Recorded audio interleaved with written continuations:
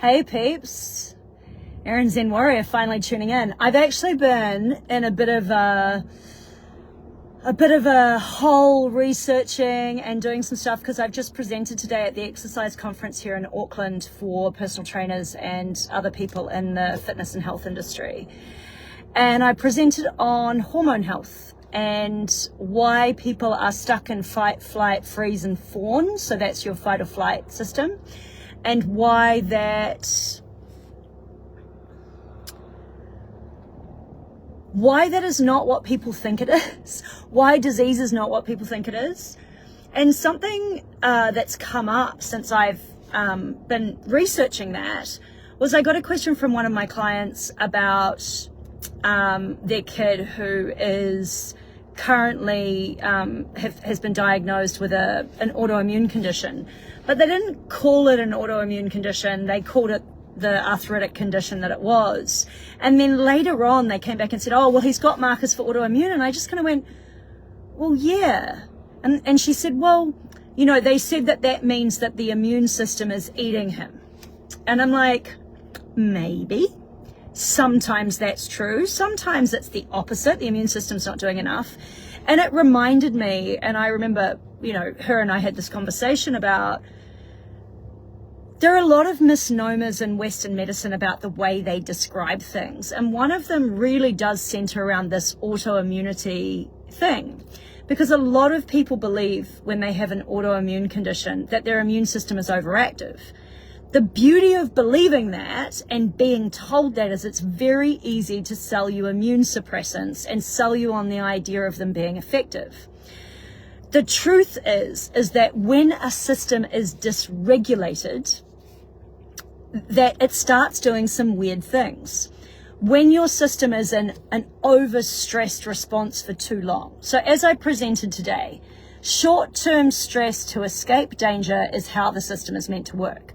The problem is most people get triggered into long-term running from a tiger that doesn't exist. And then what happens is all those short-term physiological responses of upped blood pressure, upped heart rate, increased cholesterol, increased sugar in the bloodstream, which means, you know, diabetes, for example.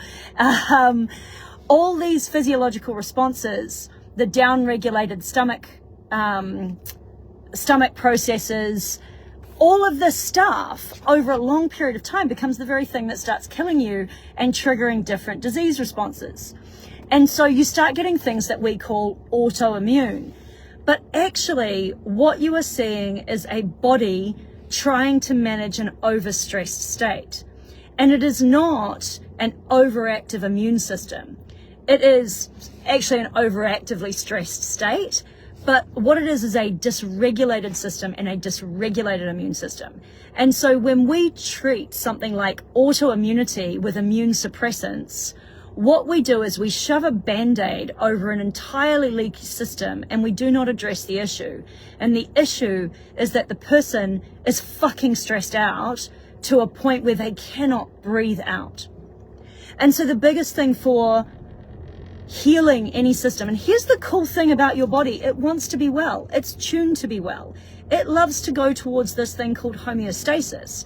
And so health is not, as I pointed out today, a lack of symptoms. Health is an optimized body that is producing good proteins through good digestion, and it is expelling toxins, and it is building muscle, and it is breathing out, and it is having fun, and it is smiling, and it is enjoying its life. And it can run from danger when it needs to, but it is not triggered into that hypertonic state in every way. And so autoimmunity is not an immune system that is overactive. It is a dysregulated immune system. And the distinction is important because to Band-Aid a dysregulated immune system with immune suppressants leaves you open and vulnerable to other disease and other issues, and it does not fix the problem, which is that your system is burning itself out, running from a tiger that doesn't exist. And so when we look at any chronic condition, whether it's autoimmune or not. And the reason I say that is because a lot of problems now, like cancer, are also having good reactions to immune suppressants. And it's because what they're doing is they are affecting the systemic symptom of the dysregulation of the nervous system and the hormonal system, right?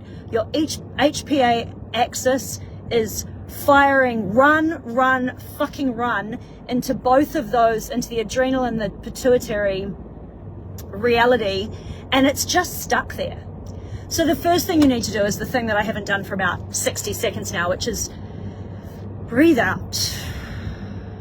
Breathe all the way out. And when you breathe in, observe your breath and note where it comes to in your system and up your spine. Does it come to your belly?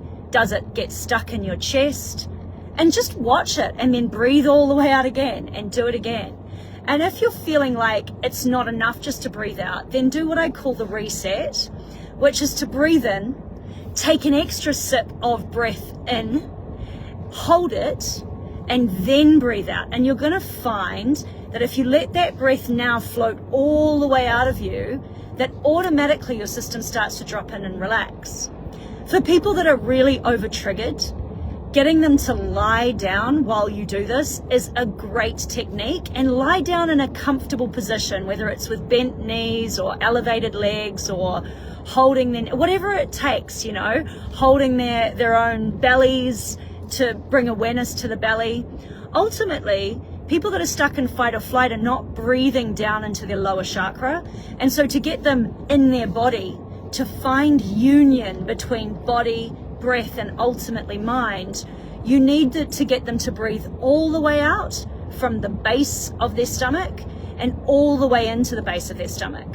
But before you worry about that too much, just get them to chill and not stress about anything too much, and just observe the process, watch the process. You see, the thing is, as we bring awareness to something, things automatically start to change, particularly if we don't stress out about trying to get it right. Just observe what is and keep practicing. Breathe all the way out. Breathe all the way in. I mean, keep in mind, people with asthma, right? People stuck in fight or flight, what can't they do? They can't breathe out. Anyway, have a great day.